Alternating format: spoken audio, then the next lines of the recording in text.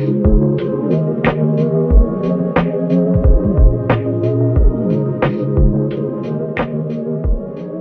right, welcome back to the Parkour UK podcast. Today we have a fantastic guest, Flora Labedens, who I believe is one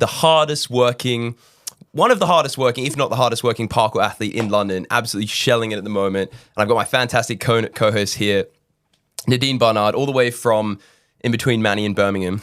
I don't know the name of your village. What is They'll it? do. It's war. War? War. It's war. Okay, cool. How are we doing today? Doing good, thanks. Fantastic. All right, so standard first question when we get parkour athlete on the show is, how did you get started, you know? What was the journey into parkour? It's a long story. We've got time. I first knew about it because of my brother. So my brother Dorian has been training since 2013, I think. So I've known parkour for a long time, but I just tried with him sometimes, but never really got into it because the sport as well where I'm from is very bad. So I used to do like jumps sometimes. And then... Where is that you're from as well? Sorry? So you say the sport where you're from is not very popular. Where was that? It's a small town in south of France called Sète, near Montpellier. And so then I didn't train for years at all. And then I met my boyfriend, Abdullah, from Team Fat. And in 2019, and I think after 6 months together, he made me buy a pair of Reebok Classic. And because for 6 months I was like, no, I don't want to train. But obviously I used to go out with him. And when you see people train, you want to like do it as well. But then I bought the Reebok and that's when I started. And yeah. How many years has that been now then? 5. Like consistently 5. Consistently 5. Even though like at the start it wasn't very, because I was still living in France. So I used to only train when I was seeing him. Because in Montpellier I had no one to train with. And yeah. You had no one to train with in Montpellier? Oh, wow. Okay. No, I think that's not really, no. that's changed Yeah. now, right? I had my brother and... Okay. Yeah, so what year did you move to the UK? 2021. So I did my last year of uni in Nottingham. Okay. Like with Erasmus. But it was COVID, so the uni was closed. So I just spent 6 months in this house with this woman that I used to do a share house with and just didn't go to the actual uni. But at least I was in England, which was nice. And you could train. Yeah. And Ellie, you know Ellie. Yeah, Ellie, She yeah. was at uni in Leicester. Okay. So it was an hour away. So we used to meet up and train together. Because I met her in Montpellier. Because she did Erasmus in Montpellier the year before. So that's how we met. What is Erasmus? It's like a exchange program. It's like you can do your... For me, it was like my last year of uni to like graduate. You could do it somewhere else. And it's easier in general than doing it in your own country. So it's just better. For anyone that doesn't know, Ellie is like an OG London female parkour athlete doing absolute bits who's in New York now, if I'm not mistaken. What's her last name, by the way? Oldfords? Oldfords? I don't know how you say it. Oh, the Oldfords. Okay, yeah. Yeah, cool. No, you guys are a pretty iconic training duo when you get and together. She started with me in Montpellier when I met her. Oh! Because she used to do trampolining, gymnastics. So you got her into parkour? Well, she knew because of Omar. Okay, yeah. But he told her, oh, I think like Abdullah's girlfriend is the same uni as you, so you should meet. And then she messaged me and she was like, I would like to start training. So we just met up and just started training and now we're just best friends. So. Okay. No, that's a great story. Do you plan to go to New York to train? Well, I went there a few times already. Okay. But I'm not going to move there. Yeah. It's extreme. It's a crazy place, New York. Like it's amazing, crazy town. I remember that. Yeah. But I think you're underselling yourself a bit there because you've reached a point now, like where you train far more. He's had injuries, granted, but you train far more than Abdullah. You're in the gym. You're like, you're lifting. You're doing insane weighted pull-ups. Like I saw in your story yesterday, you're doing some big deadlifts. Like I love to see it. I love the strength training. When did that shift happen to like taking it more seriously? Because you seem to be really going in on training right now. Yeah. So the first 2 years of training, I was just training a little bit, but no gym. So I was just training, but obviously without the strength. So I was trying flow and trying to do what I could. But when you don't have a lot of strength, it's kind of hard to push yourself. Then 2021, I fell into sort of depression, anxiety, gained weight, and stopped training for like nearly a year. Also had knee pain, so I couldn't like bend my knee. So I just gained 10 kilo, stopped training, wasn't going gym. Whoa. So I went from like not being strong, but being normal, like skinny normal. Then I gained weight, completely lost everything. but I guess it was useful because from there I was like, oh, I really want to lose weight now. So I got a personal trainer that like for 6 months.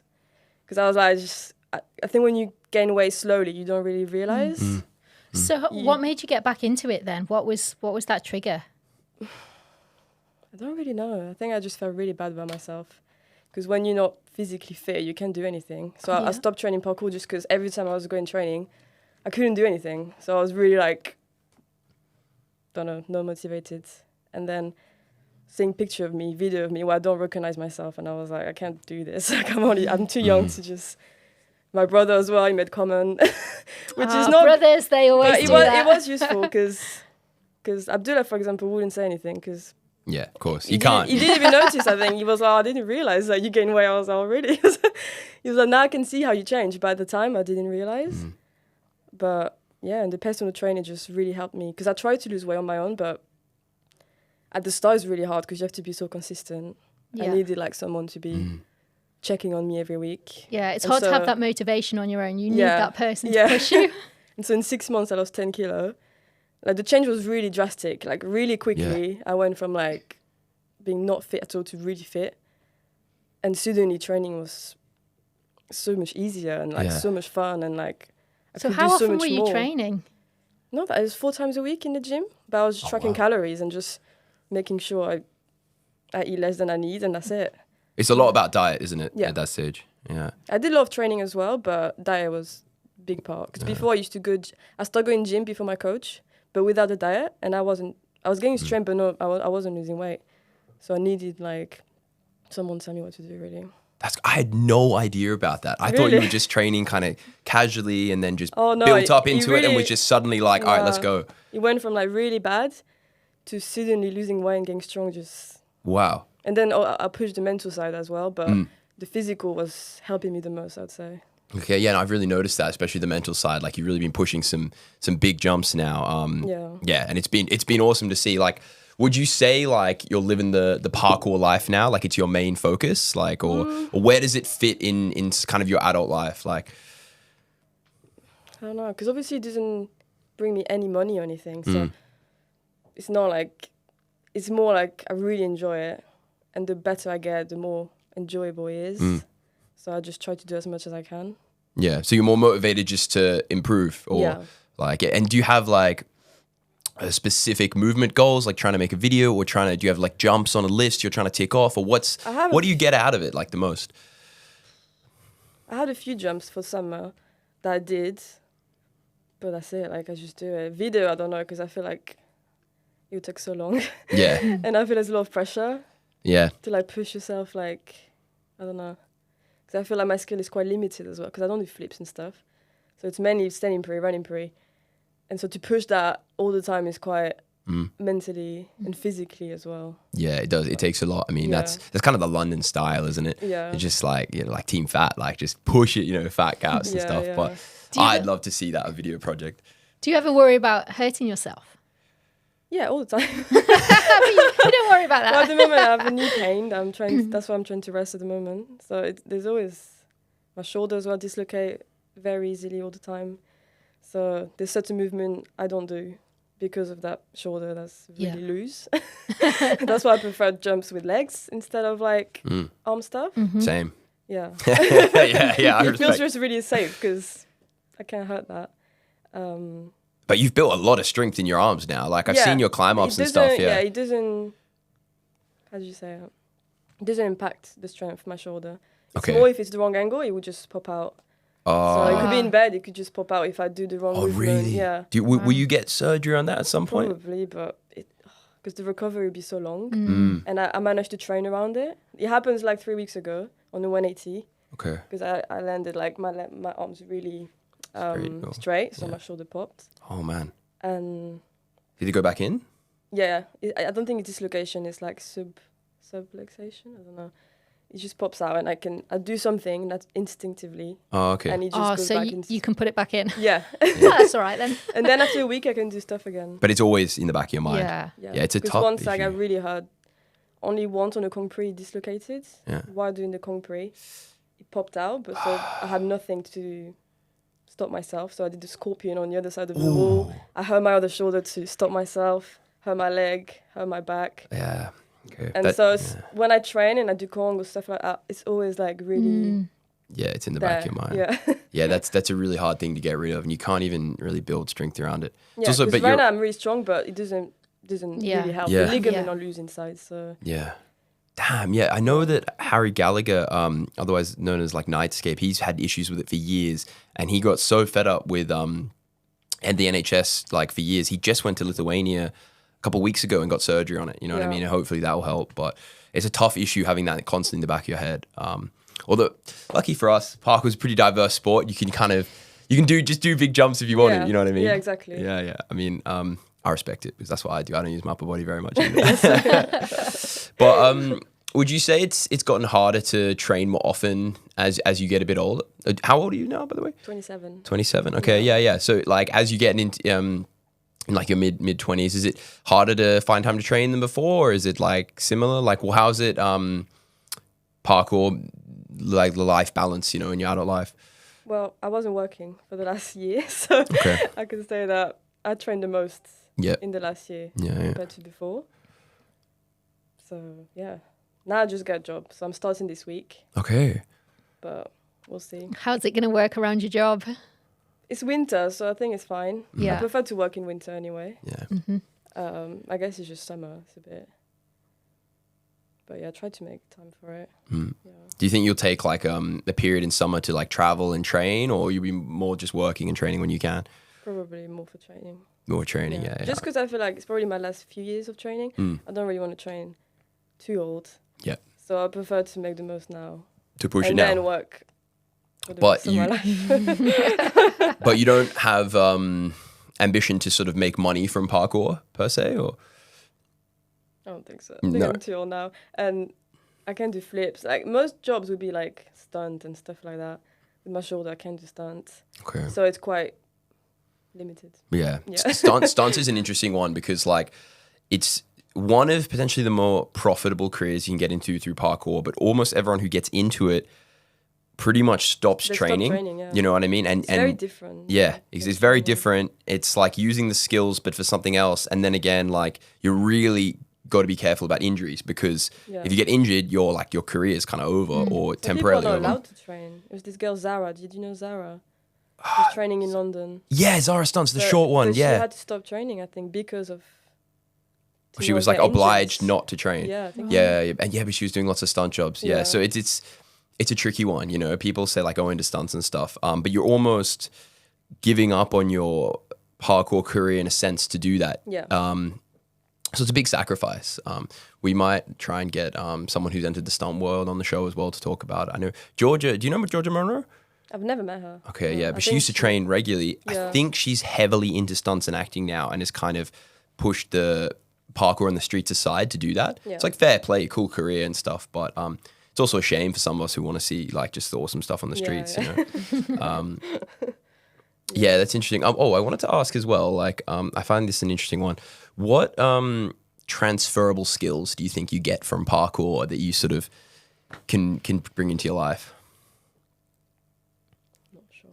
Yeah, it's a funny one because like I used to think there were like loads for me, and now I think there are maybe a couple of key ones because it's like confidence obviously is a big one in terms of like confidence in being able to conquer scary challenges, make decisions. But it's a different kind of confidence to say like public speaking. Yeah. But the one key one I find is I think the ability to like know you can handle yourself in any kind of situation, like especially with like the travel mindset. Like a lot of people, even like I had Lucian on here recently, and he'd been on his first parkour trip. But even on his first parkour trip, he sort of almost had what we'd consider the parkour mindset of throwing caution in the wind. Like, I don't know where I'm gonna necessarily sleep or do this or that, but he just kind of knows it'll be all right. Do you think you've developed that at all? Like the ability to be like, oh well, like whatever happens, I can handle it. Not really. Not really. I feel like I'm fair. very different from training than who I am. Okay, so you feel like it's quite. I talked to Abdullah because he was like, oh yeah, because he said if you're really good at parkour, then you're confident in life. That you will be really good at other things. For me, it's not really. It's not always the case. I agree. Yeah, because it's such different. So things. do you think you're very different doing parkour than you are as like in your normal sort of life? Yeah, probably. Yeah. How about socially, like in a parkour context? Like me, I know when I'm training in a training session with people, I'm very loose and feel like I can do and say what I want. Do you feel more confident just socially talking to people, like in a parkour context than in a... If I know them. Yeah. If I don't know them, no. Okay. So the London people, I'm really comfortable. But like a big jam where I don't know people, I will suddenly feel quite anxious and shy to train in front of people and stuff. Yeah. Do you think it's harder for women in the parkour world? Yeah, probably. For me, it's easy, I think, because my boyfriend is a part of it. Like in London, I say it's easy because people know me. I feel like if no one knows you and you're a girl and you arrive somewhere in a group of people that's training, I think it's different for a girl than a boy. What makes it different? I don't know, just more intimidating. Yeah. Just because you're not as good, obviously, as a boy, so automatically you would just... I remember when I first started, I was always really like shy to train just because I didn't want people to see that I was bad. So I didn't want to train.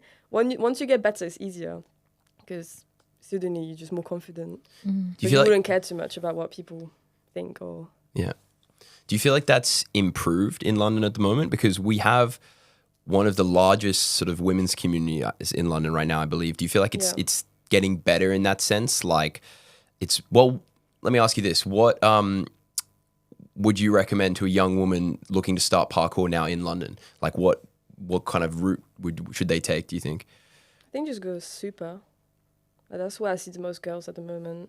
So Super XXL, the Sunday, the regular sessions that welcomes everyone. There are two more girls that have been coming recently and they're beginners and they seem to like enjoy it. So it's nice because when I first moved to London in 2021, I feel like I was on my own. Like I was just always going out with Team Fat and training with them, but I've never seen any other girls. And now there's like at least 7, 8 of us. Okay, so how does that differ from training with the Team Fat, like some of the top size jumps, like male achievers in the sport, like, exactly, men, but also focused on doing the most athletically difficult things you can do in parkour, as a man. How does that differ from training with girls like Nige and Georgia? And we've got like Shazza, we got quite a few women training regularly. What's the comparison like? It's more fun because I used to train with boys, but just watch them do my thing. Yeah. But when you train on your own, it's a bit like you don't really know what to do, or they will help me. Like they gave me a lot of advice, and like they would help me, like tell me what to do and stuff. But it's different than when you're with girls that have similar level. You could just say, "Oh, let's try this challenge," and you can just do it together, and it's way more fun. I feel like you can progress more as well, and you can push yourself more because if you know you have the same level and you're scared and they do it, then you know you can do it, and it just unlocks sometimes jumps that you would think is too hard, but then you see a girl do it and you're like, oh, actually it's fine. That's key. When you see a boy do something, it's hard to like see yourself do it because it's just so different. So what advice would you give to a woman or a girl wanting to get into parkour? Find someone to train with, a girl if possible. It depends where you live, I guess. If you live somewhere there's no one training, it's a bit difficult. But yeah, just join a community. In London, Super is the best, I think, because it's a big group. So you can always find people that I don't know. Yeah, that you can train with. No, I think, especially if you're a woman starting in London, like fortunately here, there's a range of like different women, different levels to train with as well, which is fantastic. But I do, training with someone, like if you can find, even if you, especially if you're a beginner, you don't need someone who actually already does parkour. You can just, like I started with 2 other school friends and they stopped and I kept going. But that was through my like beginner period. Yeah. So just having that one person to train with is so key. And there are a lot of great like iconic training partner duos. I mean, the best example of it is there are 2 examples of top tier parkour athletes who are twins. Okay, so you got the twin parkour, they call themselves, Aiden and Shay from Boston. They're incredible top tier free runners, have been on all kinds of world podiums with competitions, and you know they're identical twins, so like they push each other like crazy. And then in Australia you got Brody and Dylan Pawson, who are some of the best in the world for conventional like running jumps, 180s, that kind of parkour. So that, you know, if you don't have like a genetic copy of yourself, you know, unlucky, but you can still find like a really great training partner. For me it was Jan Lange in Germany. We trained together for years, and yeah, I think that's a great piece of advice, which I never really thought of. Like, if you don't have anyone in your area, try to get someone to start with you. And having that, you only need one person. Like, you look at, we're going to get James Adam Ward on the pod soon. And he, where he lives, there's not that many people training, but him and Adam McKenna, back in the day, they were going bar for bar doing top tier stuff, just the two of them, you know what I mean? And now he comes to London a lot. But yeah, if you just have that one other person before you can get onto a community, I think that's key for men, women alike. Yeah, no, that's a really good one, actually. So how long have you been in London again? Since 2021. It's been 4 years. Okay, so how would you rate like the London community and from then and then also now? Like, what's the difference been, and sort of what's good, what do we need more of? I feel like when I first arrived, I didn't know about Super. So for me, it was just fat. I didn't know there was anyone else training. So there was just a few people. So I thought it was a really small community. And then I discovered Super and I realized there's a lot of people training. So I think it's a really good community. Like, some people would say it's not as good as before, but I think it's actually... What makes it... Compared to other cities, it's a lot of people training. Yeah. I don't think there's any city that have a jam every Sunday. Yeah. So I think that's really key. Like, I'm very proud of... like, I'm from Sydney, Australia, and they have first Saturday of every month, they have like a big monthly jam and get people together. But I don't know if, I'm sure there probably are, but I don't know if that many places that do a jam every single weekend. It's all inclusive like this. So it's a great model that I hope more people take up on. And video as well. Yeah, that's right. They make vlogs every single week. I had to do the one last week. Yeah. Oh, well done. Done. I know that's really cool. Like, I always thought that was cool. People get their little moment. They get their a video out there, and it creates this little community around the videos. Yeah. But I didn't realize how impactful that was until we had the XXL awards. So once every year, Super XXL do these awards, and for every award, they had footage to show of that person and the nominees, and like that was awesome. Yeah, takes it very seriously. Yeah, and these awards were community awards, so they were not based on like athletic performance. You know what I mean? More fun. Yeah, more fun, like funny ones. People get awards for all kinds of different things. Yeah. Like, I got one for sort of yelling at people when they do jumps. You know, they get the gas merchant. That's all that kind of funny stuff. But God, it was an awesome event, and it really made me feel like part of a community. Yeah. And it motivates you to get out and like. So even if you're not trying to do like the biggest jumps, you're just there for a bit of exercise, the social aspect. Like, it was a lot of work on the XXL part, so I really respect it. But gosh, that was awesome. So I mean, yeah, it sounds like a lot of work. But if you're, you know, in a community that's you feel like has people kind of scattered about and this and that, trying to start something every week or even once a month, it'd be a good shout. I think to kind of grow the sport a bit from there. What do you think's lacking in like London? Yeah, we got a good community, but what could we improve on? Like, are there any other communities that you've seen that have awesome things that we maybe don't have, or around the world, or anything? Not really. No. What was New York like? I think they have a jam every Saturday. Okay. I've been to one, yeah. So every Saturday, Eddie train with them. Mm-hmm. It's a bit smaller, I think. I don't know, a bit smaller than here, but it's pretty good. It's quite a big group of people. Okay. And it's every Saturday. Do they go to the zoo a lot? That's the gym there, right? Yeah. The Brooklyn Zoo? In winter, yeah. Winter, yeah. Yeah, I've been there. It's pretty nice. Okay, yeah, because that's the one thing I think we lack here. I think there is one gym. Oh, yeah, gym. That's the thing, yeah. Right, yeah, but... Parkour gym is missing, yeah. A big parkour gym. But I guess it's because it's really expensive to have. Yeah, it's not an easy thing to do. Yeah.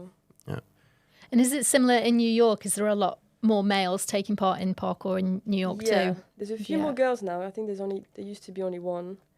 Now I've met all of them because they're all friends with Eddie now. So like 4 or 5. They're not all training a lot, but...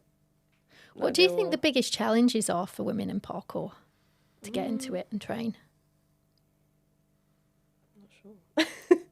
I don't know. Do you think it's that male dominance that perhaps puts some women off? Yeah, probably. Or do you think it's a fear thing? Do you think...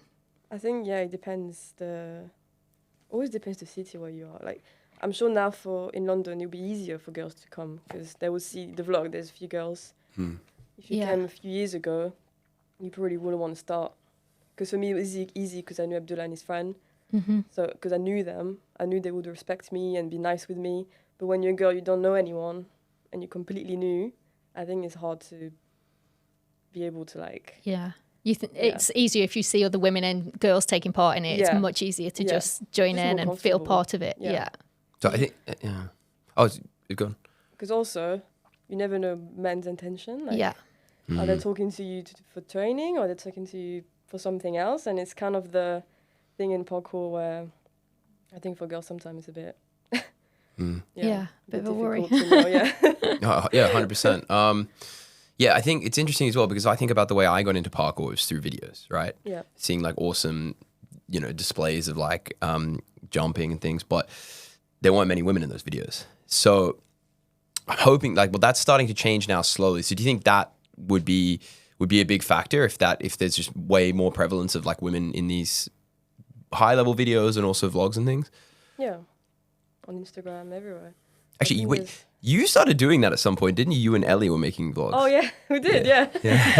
How was that experience? No, she left, so that was nice. We actually got, not a lot of views, but for the level we were at the time when we did it, we actually had, this year, we posted twice this year because she moved, obviously. And, we have, 550 subscribers, but just from a few videos. And from the comment that we got, it seems like people just like to see us together. Like to see two friends that are girls training, even though we didn't do anything crazy. It seems that people really enjoyed it. It's a shame now she left, so we can't do it anymore. It was her idea. She wanted to do once a week, and we didn't do once a week, but we tried to do as much as we could. Would you do it again if she comes back? Yeah. Is she planning on coming back, or you're not sure? Yeah. It was supposed to be next year, but we might stay longer. True. No, I respect it. She have a good job there, so she likes it. I think if I moved to New York, I'd struggle. Because that was fun. Yeah, that's super cool. I don't think I've ever seen that before, a female duo. I liked it just because it was two actual friends. It's not just two girls that, let's say, really good and just train together. It's actual friends. Yeah, you can see the friendship coming through. Yeah. Exactly. You got the dynamic. That's what important. That's what the Stora boys say about their content. You come for the jumps and stuff, but you stay to just spend a day with the boys. And it's the rapport they have and the real friendship that's there. In regards to sort of big women's projects, obviously the biggest one we've seen is Gatecrasher. It's got a few 100,000 views, some 40-minute hardcore action piece from some of the best women across Europe and the US. Do you think that has done good for women's parkour? Have you seen any kind of response from that? What are you what's your view on the project and sort of what it may have or may not have done for parkour? I think it's really good. There's been a lot of good comment by it. I was expecting more, if I'm honest. I thought it was really, really good. But more length or more I didn't expect what they did, basically. Okay. I thought it would be more sandy and big jumps, and it wasn't really that. Yeah, it was really good, but it's just not really my type of training. That's the only... There's a lot of stuff. Yeah. I can see that. And I can see a lot of people in London had that feedback of it because that's the way we like to train. And it's quite a different mindset. I remember when I was in the States and saw Join or Die in Boston, they had this film festival, right? And there were a bunch of different awesome parkour films, but there was only one of them had sort of high consequence, big, dangerous jumps in it, and athletically difficult ones. And it was by an American guy who filmed almost the whole video in the UK. So that is interesting. Maybe it's just a bit of a cultural shift, a bit of a difference because here we're very much it's almost like a rite of passage to sort of do the IMAX running pre and this and that. And I guess it's a cultural thing. But yeah, are you hoping to see more big projects like that in the future? Or? Yeah, in December there's Azal and Lisa. That's right. And she told me that apparently it's a lot of roof gap. Yeah. And a lot of big jumps and only scary and challenging. So I think that would be really nice to watch. Yeah, that'll be good. So that's going to be more appealing to you then. Yeah. The Gatecrasher was really good. It's just because that's a lot of money for it. That's right. Yeah, it was crowdfunded. I think that was the main I don't know. I just feel most men's video don't ask any money for it. So I was a bit confused why. I respect because obviously like they wanted to get paid and stuff, but I was just confused why most big videos they don't ask for money, and this one they did before it was made. Yeah. So that's the only thing. If you ask money before it's made, it creates an expectation. Yeah, I think that's why. Yeah. I think because people gave so much money, you expect too much. Yeah. So you could be disappointed. Yeah. Yeah, it's true. Create no expectation and then deliver. Yeah. It's, I mean, I agree with that. Also, I think it's better to pay when it's out. To pay for it. Yeah.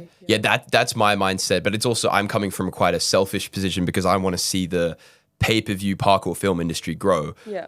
Because there's been quite a few examples of people selling parkour films, and I've done it once as well, which is still for sale. Yeah. And so I want to see more people do that rather than get the money beforehand. But I mean, it's a different way of approaching it. I suppose the counter argument is that if the community is willing to support it, that's awesome. So and I was impressed with how well it was received as well. Like I think it's really done some good numbers. Well on YouTube as well. A lot of views. Yeah, see that was the counter argument from them. Like they do definitely a few thousand sales if they sold it, but they wouldn't get like, I think it's got like more than 300,000 views, and really get it out there. So that's really cool. I hope we can see more growth like that. Are you ever in the fat videos? Not really. Not really. Do you want to be? Yeah, that's what I'm wondering. Yeah. I think they kind of stopped doing. Like the last time they made edit and stuff, I wasn't even training that much, so I wasn't really at a level where I could be in a fat video. Yeah. And now they don't really make any video anymore, or it's very like it'll be like a challenge, or like they will go somewhere do something specific. Yeah, they're on like kind of a pause now. I think like a season break, and they're gonna come back and hit it again. It's a hard thing to do, like the YouTube stuff. But just say if they were doing the weekly regular training, would you want to get involved, or would you be like, I don't want all the like attention and yeah. No, that's Watch cool. this space. because that's the kind of thing that'd be really cool to see as well. I mean, you get that sometimes with Stora, the Brighton sessions. You've got like awesome women like Stanny's getting involved doing. I mean, one of the best moments in a recent Stora video was what did Stanny do up on the girder? Was it like the standing pre above water on this girder? It might have been more than a year ago, but the reaction and like the story around it was brilliant. If they do that water challenge stuff, I would like to try it now. Yeah. Water challenges seem like a lot of fun because it's like high consequence parkour without like actual danger. Like there's a bit of danger, but like you hopefully you just get wet and sort of be right. But I like that. I also I'm a big fan of like and I maybe want to see more of this in Gate Crash and various projects. The real story building around it, because I think that's one thing as well about Gate Crash. Yeah, there's not much story. So there's more pure action. Yeah. Like I interviewed Toby Seeger from Star a while back, and there's one thing he said stuck with me, that you lose 80% of like the value of any clip when you put it in a montage. You need montages, but real like top tier stuff with a real story. I think people like are afraid to draw out the story and stuff and take up too much of people's time. But actually, in my opinion, that's the most valuable thing. And for me, what's more valuable than like the clip is like the reaction afterwards, when someone's really happy and done it. And so in this story video, Stanny, like I distinctly remember her doing the chicken wing. She was like so happy. She was going like kind of like an involuntary reaction, and it's, I love to see more stuff like that for sure. Yeah, it's nice to see people's personality though coming through. Yeah. I like when people they're so happy with the jump they've done. Their reaction is almost like they're embarrassed of it because they look a bit silly or whatever. It's just so genuine, it just comes out. No, that's brilliant. Well, if you ever consider doing a video project, I'd be all for it. Even just quietly, don't tell anyone, save some clips, one day drop it. But I'm really looking forward to this Hazal and Lisa project because Hazal's, what was her last big one, Hazal? But she did some big jumps in that as well. I think it was... This is Hazal Nahir from Turkey, who's a Red Bull athlete that we're talking about. For anyone who doesn't know, she's an absolute weapon and very much like kind of the traditional. Athlete, like. There's even someone close to me. Yeah.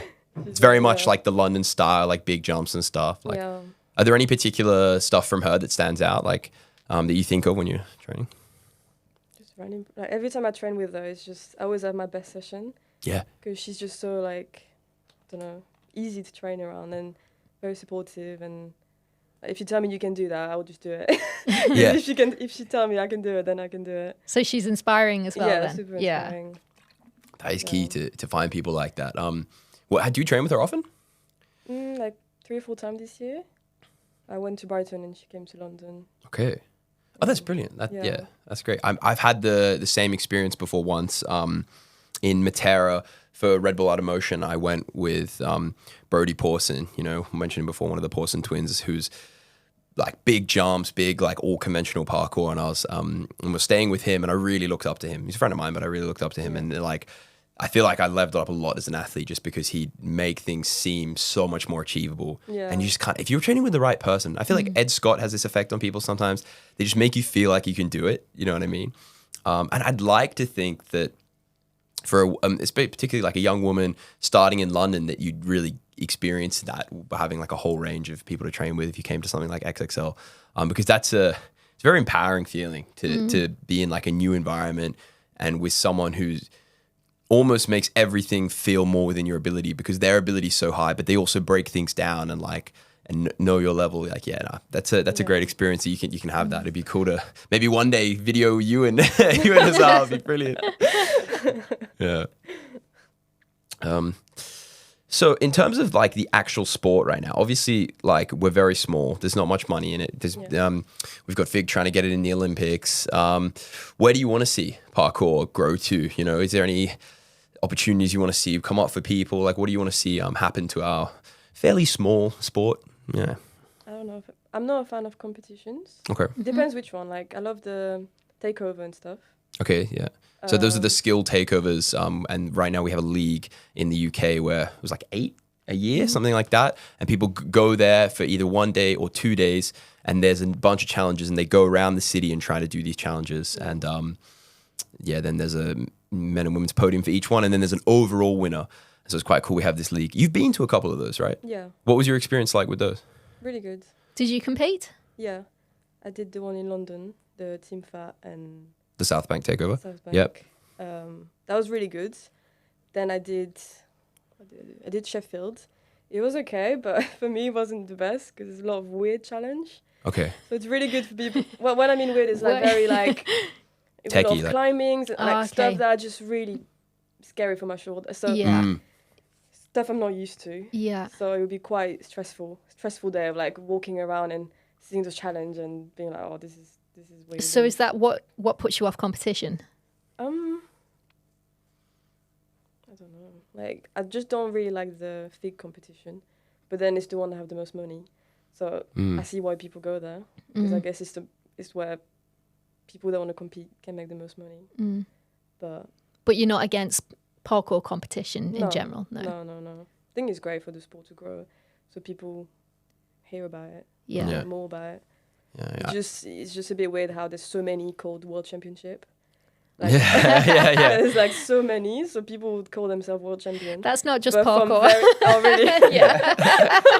It feels very not like normally in other sport you will have to qualify.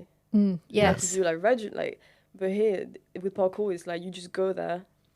There's not many people competing, and people will win and call themselves world champion. I just found that a bit. Yeah, it's a bit strange, but I guess it's because it's a new thing. But if it had more structure, then it's in like a weird early stage, because some countries, like Japan and like Holland, the US, they have their own qualification for the FIG comp specifically. They have their like qualifications and then they go there. But and you cannot really fault, regardless of like your view on FIG, you can't really fault people for going there because it's the only really well-funded series of international competitions. But what is it that you don't like about them? Is it like the format or like of the competition that might not represent parkour, or? It depends, like, because for speed, for example, I have nothing to say, like, it's your speed. But for style, the judgment would be a bit, it's like very gymnastic, like with the point. And so. What changes would you like to see in it? Because they are kind of, there's been a lot of criticisms, and I think it started, everyone kind of, even the people competing were like, this is really not good, and they've kind of improved on it. Yeah. What kind of improvements would you like to see in that system then?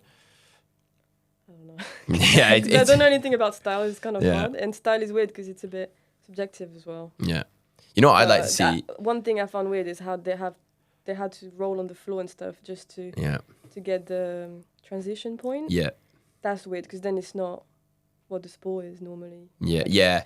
They were adding rules that made people do stuff they wouldn't do normally to get extra point. Like for gymnastic, when normally free running is not. Yeah. So it was a bit prescriptive, was it? Yeah, they would just. I think it was like, you get extra point if you connect everything. Yeah. But so people would just sit on the floor, roll on the floor, and do stuff that people normally don't like. Yeah. Yeah. So I think. Yeah. And they will get more point than someone else because they link the move. Yeah. Yeah. Yeah. So people were trying to hit like a bare minimum of like linked moves. And so I think it might be improving a little bit, but for a while, aside from Ellis, who kind of just does what he wants, everyone was terrified to take more than a couple of steps in between moves without doing a movement. Right. So there was, like little rolls and some cartwheels and things like that happening. Now, I'm not saying that's what they're going to do forever. They're making improvements on it, but a very valid criticism of these comps and of competition in general in parkour is how different it is from how we train on the street. You know what I mean? And that's similar to something like skateboarding, where like only a small percentage of skateboarders do competitive skating. Yeah. Most of them go on the street and do challenges and just try again and again and again. But I think most people... like a different sport. Yeah. It's exactly. It's like a different sport, like competitive parkour, particularly this fig style with like a straight line speed comp or very like rigorously connected lines is not completely, but quite different to what we do on the street. So that's a valid criticism. And then there's the competition format, which is the most similar to what we do on the street, which is skill, right? Yeah. In terms of doing challenge. And even the takeovers might even be the most similar in terms of going from spot to spot and doing things. What I would like to see is skill on that scale, because I don't know, what do you think is the most impressive competition for a spectator? Oh, probably speed. Speed, yeah, side by side. Yeah, I feel like it's the most people understand what's happening. Okay. Because otherwise, I think parkour is a bit people don't understand. Yeah, it's too complex. Yeah, I see why. Because if you don't know the sport, it's a bit random. Like you just jump on walls and so style is, I guess, as well close to gymnastics, so people can kind of understand, but it's still quite different. Because it's so technical, people have a hard to gauge like why the full twist is harder than a regular flip and things like that. Skills as well. I think people could watch something really difficult skill, they would understand that it's difficult. Okay, because it's so technical. It's very specific. Like you need to do the sport to understand. But speed, I think, is very the most clear cut. It's fun as well because I think the best for me is speed when they're right next to each other. Yeah. The speed when it's really long and that's a bit weird. But when they're together and like, I think that's the most fun to watch. Yeah, that's an interesting argument as well with like, because the speed where it's just a time trial and there's a lot of weaving in and out and direction changes, a lot of people within the sport argue that's more like representative of a range of parkour skills. But for a spectator, I agree, side by side. And that's why the FIG do it and some other competitions, it's much better for a viewer. But I find that very interesting because I have almost the opposite opinion, but I'm very, very much embedded in the sport where I find speed kind of maybe the least interesting to watch. And then for me, the most interesting is skill. No, for me as well. I'm talking for spectators. Exactly. Yeah, no. And you make a good point. I think, though, in certain formats of skill, like the final of SPL, which is like another World Championships in Vancouver, it's the biggest grassroots competition in parkour, right? In that one, I think the format where they have like 3 attempts and then they get the challenge, the reason I like and the reason I think it's great for spectators as well, in my opinion, that format is the best, is because it's so climactic. Yeah, it all comes down, right, to this moment. And then when they get it and they're just like, like, that's what I prefer to watch as well. Yeah. I think, and I would love to see that in like on a real world scale, you know. But it's funny that they just kind of chose to exclude it. Maybe it's because it's harder to put together. I don't know. But more skill comps would be cool. I think they're like potentially the hardest competitions to win in terms of like the range you need to have. Yeah. But then again, you know to do everything. But then again, the level is rising so much. Yeah. What that's another interesting point to cover as well. When do you think we'll see, particularly in women's parkour, when do you think we'll see like a bit of a plateau in skill for a while or something along those lines? Because it seems to be up, up, up. And in the men's side of parkour, it's still going up as well. But like running jumps and like conventional parkour is pushing very slowly. And a lot of the stuff that people like Kai Willis and Jaden Clark were doing 5 and 10 years ago is still close to the level today because it's like a physical feat. So it's hard to push beyond that while the flips are progressing. So in terms of like the style of parkour you do, the Hazal does, the big jumps, they are getting bigger every year, right? Yeah. There's not many that do it though. There's not many that do it. So Georgia Monroe is the best, and she stopped. Right. So she was the strongest for sure. Yeah. With Hazal, I guess. But, yeah. Do you think it has quite a short lifespan, parkour? Sorry? Do you think it's got quite a short lifespan, parkour, particularly for women? Yeah, probably. It depends what you do, I guess. But if you only do big jumps and stuff, at some point you or you get bored of it, or you won't find a new challenge. There's always new challenge, but you have to travel and go anywhere to like other places, or you want to do something else in life. So you just because to keep pushing, you have to train very often. Yeah. And if you don't have time to train very often, you're just gonna lose your level. And I can see why you then don't want to keep going. It takes a lot of time and resources, and it's hard when and for nothing because Azal is sponsored, so she managed to do it. Yeah. But most people are not sponsored, so they would just do it for themselves. For enjoyment, yeah. So in terms of like, if you're doing parkour to really try and be world class, top athletic things, hit the NBDs as it were, never been done challenges, which is a big thing. Then it takes a lot of time and resources, and you really need to. It's mentally draining as well. Yeah. You don't always feel good. Like the amount of session I have, and I feel so horrible. I could have an amazing day one day, feel like I can do everything, and the next day I can't even do a jump that's easy normally. I feel like it's very mental, more than physical sometimes. And for you, is that the reason to keep doing parkour then, to keep having those days where you're absolutely at your best? Is that what you that what you need to do? Because in the end, I have more bad days than good days, but the good days feel so good that you always just try to. It's worth it. Go back to it, I really resonate with that. Like, I think I've improved my mindset as I matured a bit, but I have the same. So I've had a lot more bad days than good days. But then when you really push for the good days, it's like it's so good. And that for me, that's another thing that pushed me onto the strength stuff more as well. Because at the moment, like I do more strength and things like that than parkour because you can't really have a bad day in the gym. Like it can be a bit bad. That's why I like the gym. It's always a net positive. Yeah. You know what I mean? Even if you're lifting a bit less than usual, you're always getting work in. Whereas if you go out and set yourself a hard challenge in parkour and then fall short, it's a tough, isn't it? But I guess that's the game. But that is an interesting point about like the amount it takes and then the diminishing returns from like when you don't make it.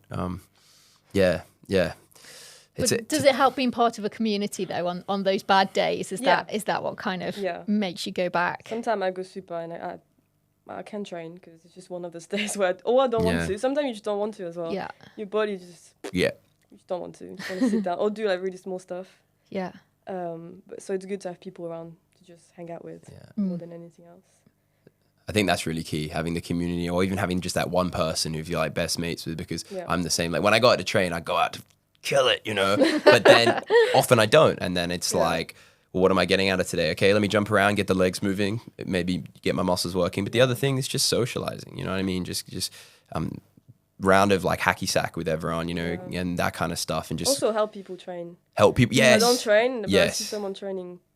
I would just tell them like do that or try this. yeah, exactly. But that's so good. Like I totally agree. For me, the best feeling you can get is you especially. Yeah, I do that. I do that a lot, right? So because it's purely from selfish motivations. Because the best feeling for me is when I do something myself, right? The second best feeling is helping someone else to do it. And really be like, come on! And then when they get it, you take pride in their achievement. And that's it's a nice community environment. And not.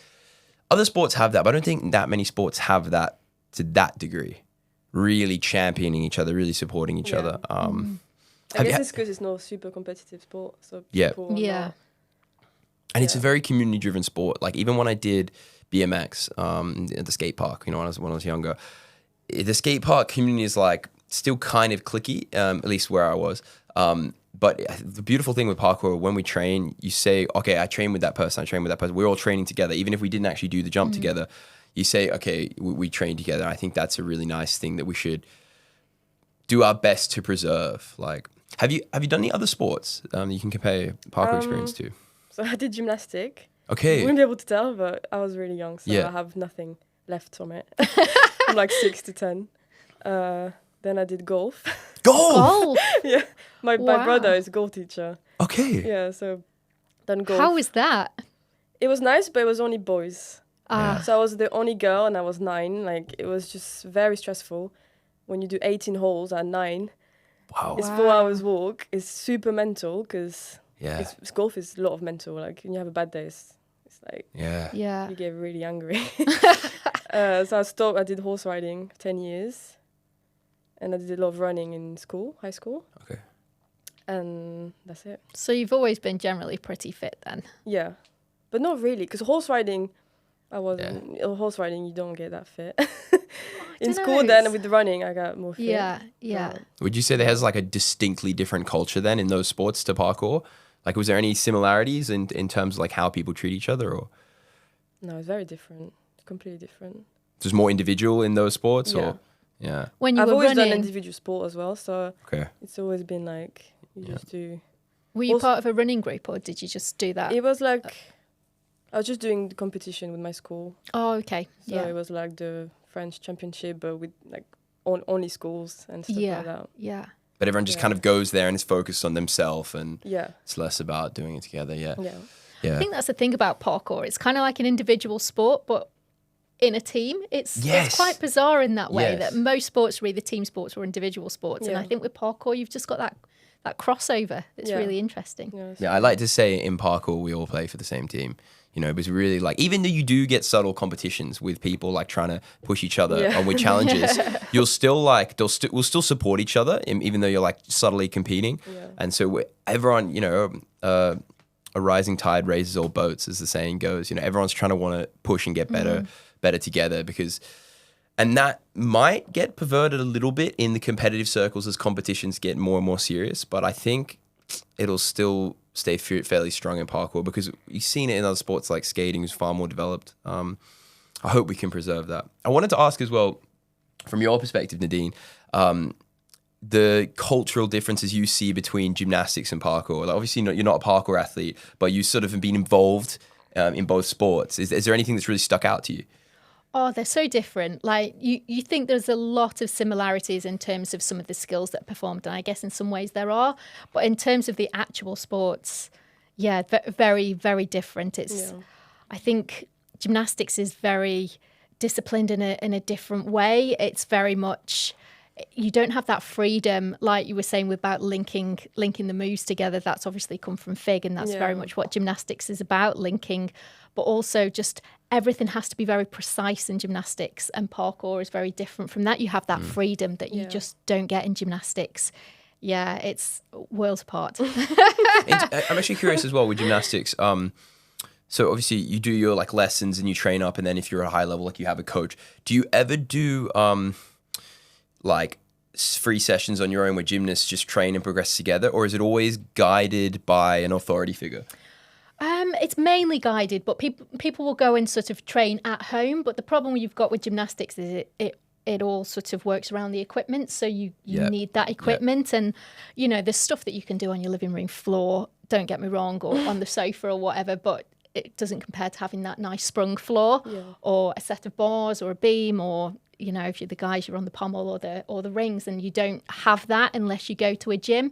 So most of the time it is a coach-led session for that reason. But you don't get many open sessions in the gym, because I'm also curious because, for example, we have Becton, right, in London, which is closing down sadly at the end of the year, and hoping to open a new one, which is a gymnastics gym, but they do run open sessions where you can just go and train and use the facilities, right? Okay. And we go do that as free runners, and you get some trickers in there. And there are a couple of gymnasts, but if you're pursuing competitive gymnastics, it's not really the culture to go and train at open session. It's very much coach-led. Yeah, I think the thing is, when you're at that level of gymnastics, you're probably training 35 hours a week anyway. Yeah, okay. So you don't really have much, That's the downtime. parkour as well. You don't train that much. I mean, some people train a lot, but not.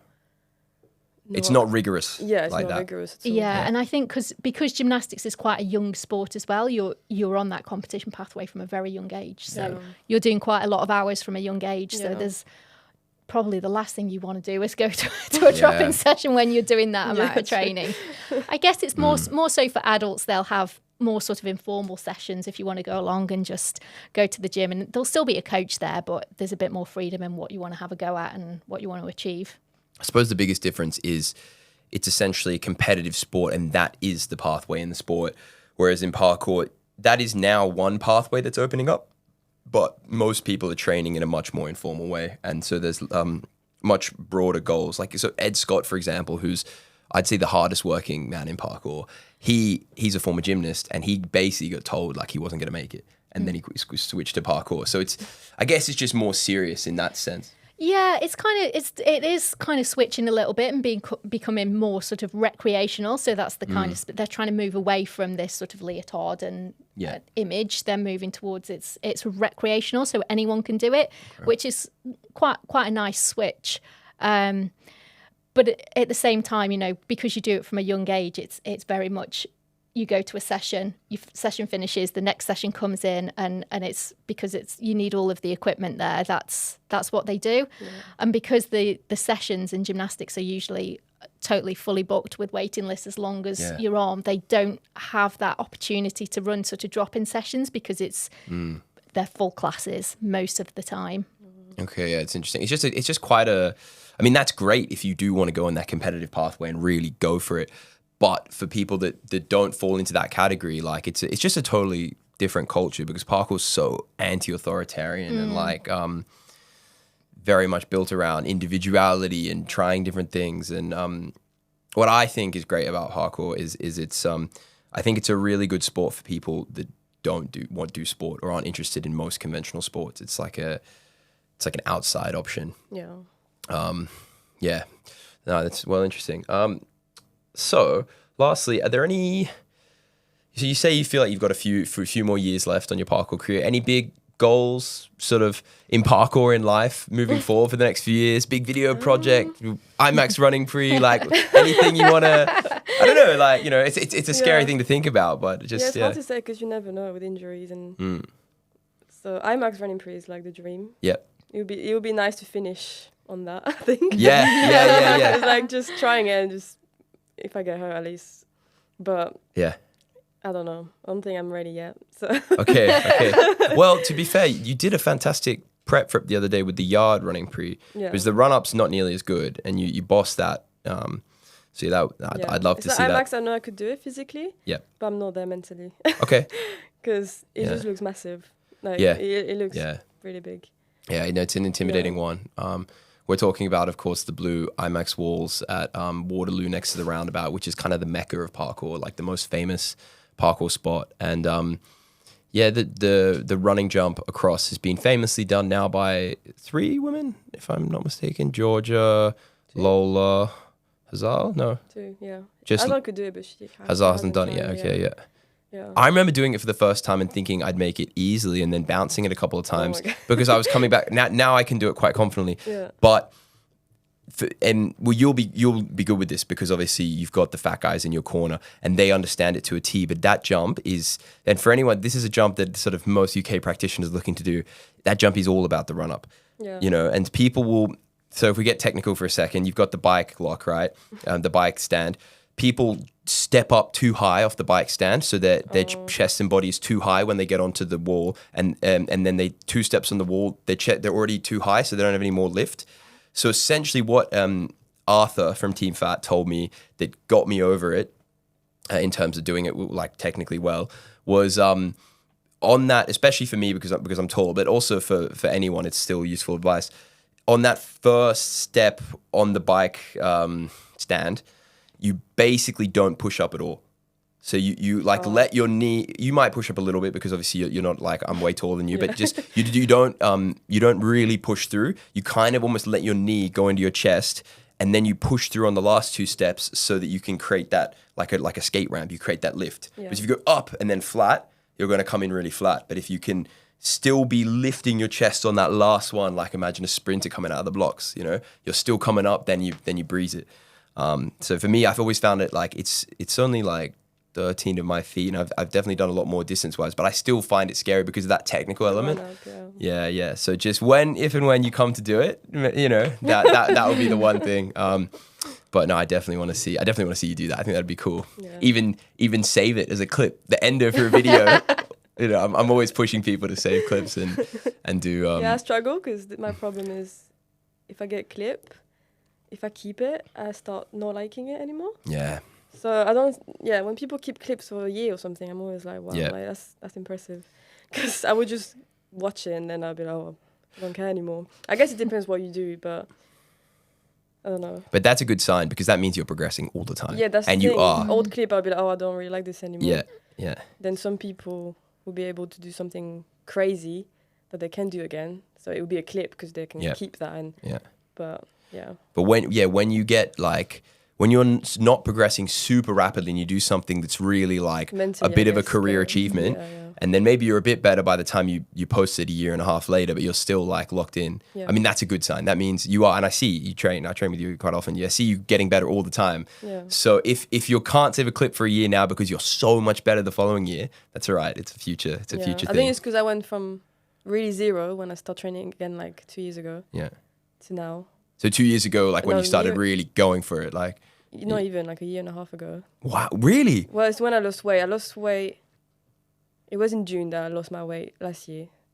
So you are progressing fast. And at the start, I was doing bigger jumps, but very low jumps. So I wasn't doing anything at height. Mm-hmm. And this year I've been doing, because I used to have vertigo and I used to be terrified of anything at height. So only this year I started working on more jumps at like more high and with more like consequence. Okay. So I've been progressing in that way this year more. Yeah. And so, I feel like it's satisfying, isn't it, when you progress your mental game? Yeah. Yeah, I love that feeling. Because the thing is like... Because it's hard to progress too much physically. There's a point where... Yes. So that's when you start. Yes. Yeah. But that you can always progress mentally. Yeah. And I think... It's more fun. Yeah. It is. It's more satisfying, I find. Because I train like similarly to you. I do a lot of stuff in the gym and things like that. Have the discipline, the physical stuff. But the thing I struggle with is the mental side. Yeah.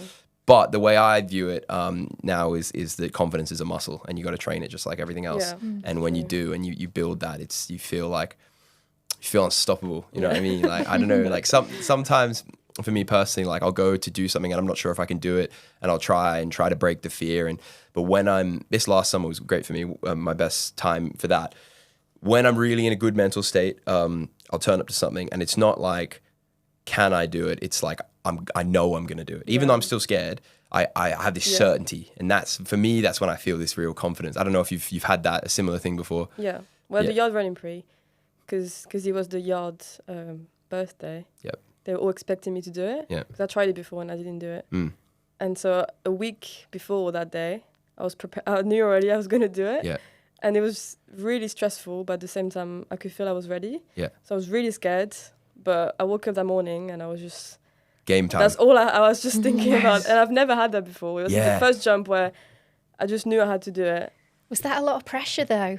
Yeah, because obviously there was... Well, Andy, they were all waiting for me to do it. Yeah. Like they told me you don't have a choice, you have to do it. So I was like, because they're making a video about it. So you wanted the clip. Yeah. So, but I was ready mentally, physically. Yeah. And I warmed up, I felt good, and I was like, I went to them, I was like, come on, let's go. I have to do it now, otherwise I'm not going to do it.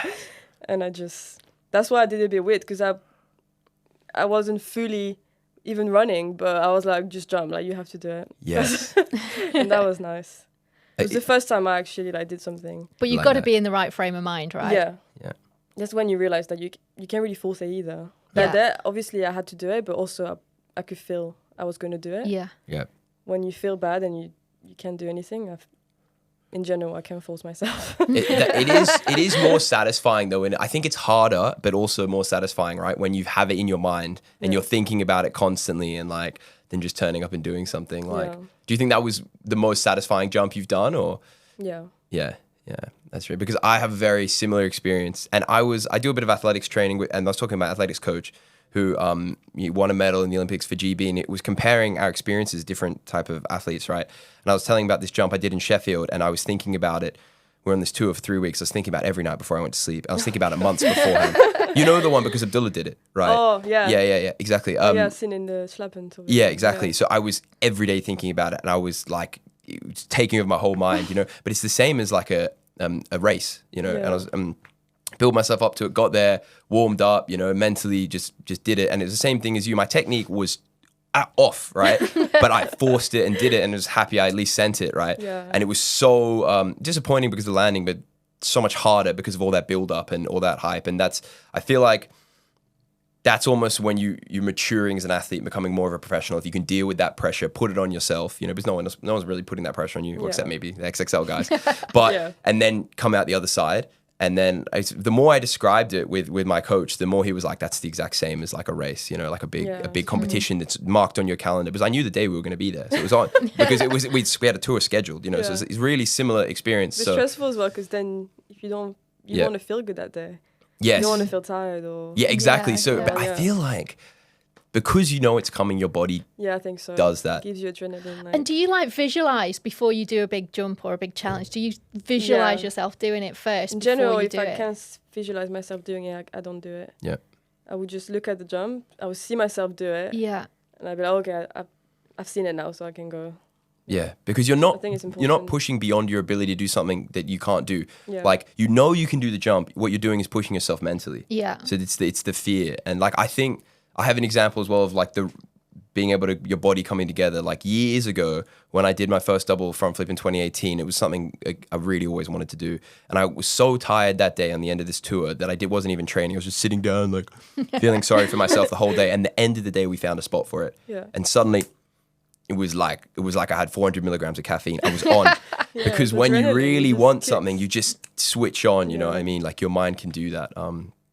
Yeah, for me, that's like the most satisfying thing of the sport, really being able to conquer those mega challenges. Yeah. But it comes with a certain maturity as an athlete. And it's like, and it doesn't need to be everyone's goal. It's just, I think it's a beautiful thing. And I was there when you did the jump, and it was, it was really satisfying to watch you hit that. Yeah. So hopefully more of those in the future. Yeah. Without getting hurt, you know. But no, the IMAX running fair, I'd love to see you hit that one day. I mean, if you can bounce off, land on your ass, and just sort of go home with a bruise. I think I'm scared of the air time. Yeah. I'm scared it's gonna feel like big. It's funny with those. Felt okay. Yeah. But IMAX is 2 feet more, so yeah, it's quite. Although I find a big difference. It is. Although I find with airtime, with the big jumps, sometimes they're not much airtime because you run so fast that you actually get there quicker. So it's it happens so fast. You know what I mean? But obviously it's still a massive jump. Oh mate, it's been brilliant. Is there anything else that you need to get off your chest in regards to parkour? Anything like? Not really. Well, thanks so much for coming on. Well, no worries. Thank you. Thank you. It's been fun. It's been brilliant. Cool. Jump on our website, guys. We got content on there. We've got the memberships. We've got blog articles. We've got some news. There's a whole lot of goodies ready to go. We got upcoming events. Check it out. And until next time, cheers. Train safe.